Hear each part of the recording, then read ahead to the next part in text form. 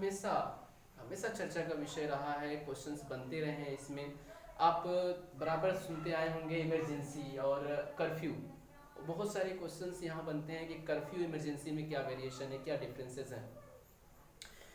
Curfew is not a emergency, emergency is not a curfew. क्योंकि curfew emergency में थोड़ा नहीं, बहुत बड़ी डिफरेंसेस हैं। क्योंकि कर्फ्यू जब लगाया जाता है तो किसी क्षेत्र को सील कर दिया जाता है, लेकिन जब इमरजेंसी लगाया जाता है तो इमरजेंसी का पर्पस होता है व्यक्ति के अधिकारों पर नियंत्रण करना। कौन सा नियंत्रण? जो हमारे संविधान में हमें दिया गया, जो हमारे मौलिक अधिकार हैं, उस पर सीधा अटैक कर दिया जाता है, बाकी आर्टिकल्स पे नियंत्रण कर लिया जाता है। तो हम जब इमरजेंसी की बात करते हैं तो हमारे संविधान में मोस्टली 3 प्रकार की इमरजेंसी की बात की गई है, और इन 3 प्रकार की इमरजेंसी में सबसे पहला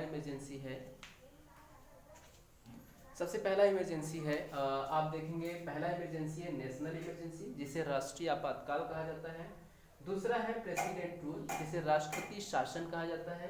और तीसरा है फाइनेंशियल इमरजेंसी, जिसे वित्तीय आपातकाल कहा जाता है। अब बात ये आती है कि ये जो आपातकाल है, 3 प्रकार के आपातकाल का मतलब क्या है।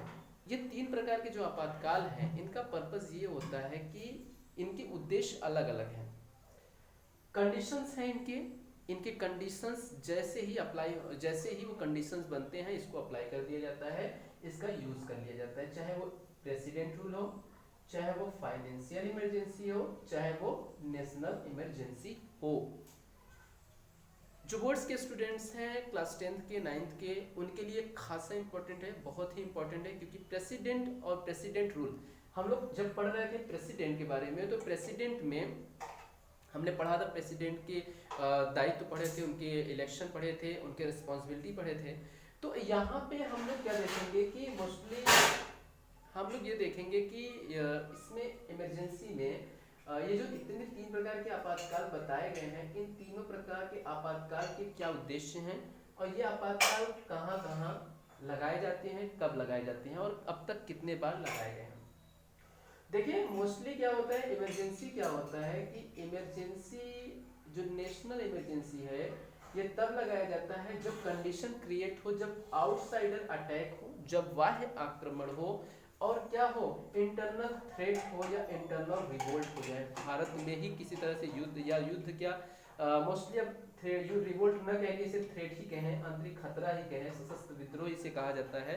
रिवोल्ट कहना कुछ ज़्यादा ही हानिकारक होगा, तो उचित नहीं होगा। तो ये जो है इंटरनल थ्रेट की, आंतरिक खतरे उत्पन्न हो जाए, जैसे कोई हिंसा हो जाए, कोई जो है यहाँ पे हिंसा हो जाए, झगड़ा हो जाए, और झगड़ा बहुत आगजनी हो जाए, कंडीशन ऐसा हो जाए कि यहाँ पे कंट्रोल करना जो है उतना आसान नहीं है। तो इस कंडीशन में क्या होता है कि हम इमरजेंसी को इम्पोज कर देते हैं, वहाँ पे इमरजेंसी लगा देते हैं, और इस इमरजेंसी का नाम होता है नेशनल इमरजेंसी।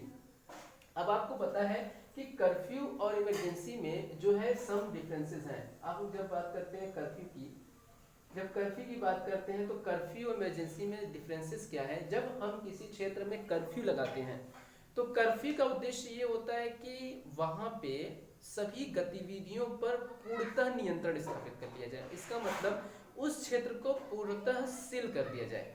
जैसे आपने बराबर देखा होगा, लखनऊ में बराबर कर्फ्यू लगता रहता है, नॉर्थ ईस्ट में कर्फ्यू लगता रहता है, मार्शल लॉ लगा दिया जाता है। जो कर्फ्यू होता है एक तरह से मार्शल लॉ जैसा होता है, लेकिन मार्शल लॉ नहीं होता है वो।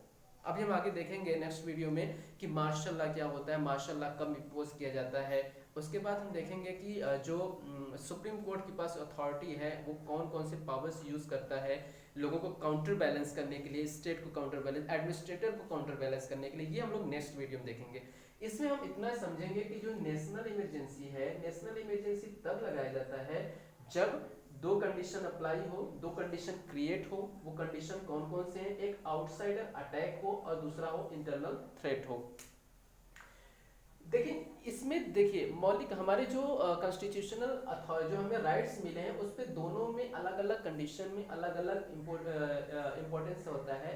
आप देखेंगे जब आउटसाइडर अटैक हो तो इस कंडीशन में आर्टिकल 21 या आर्टिकल 21 और 20, आर्टिकल 20 और 21 को छोड़कर, मोस्टली 21 आर्टिकल 21 जो राइट टू प्राइवेसी की बात करता है, हमें क्या बात करता है, राइट टू प्राइवेसी। और राइट टू प्राइवेसी का मतलब समझ रहे हैं क्या होता है, राइट टू प्राइवेसी का मतलब होता है गरिमापूर्ण जीवन, अपने मन का जीवन, जो हमारी निजता है, जो हमारी पर्टिकुलर हमारी जो लाइफ है, हम अपने मन से जिए, अपने हिसाब से जिए, और इस तरह से जो है इसे कहा गया है। तो यहाँ पे ये सारी चीजें हैं।